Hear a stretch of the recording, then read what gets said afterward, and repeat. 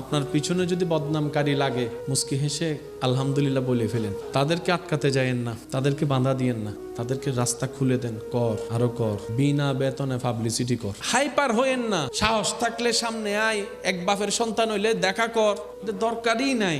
আল্লাহ আপনাকে বিনা যুদ্ধে জয় করতে চাচ্ছেন।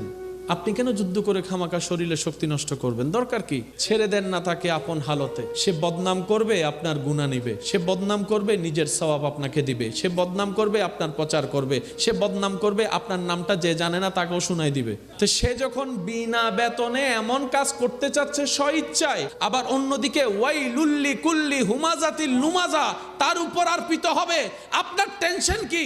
আপনার কাজ হচ্ছে রবের উপর ভরসা করে ধৈর্য ধরে বসে থাকা, আর কোনো কাজ নাই। করতে দেন দুশমনকে দুশমনের কাজ, করতে দেন আপনার চাচা জেঠাকে সম্পদ খাওয়ার কাজ, করতে দেন একদিন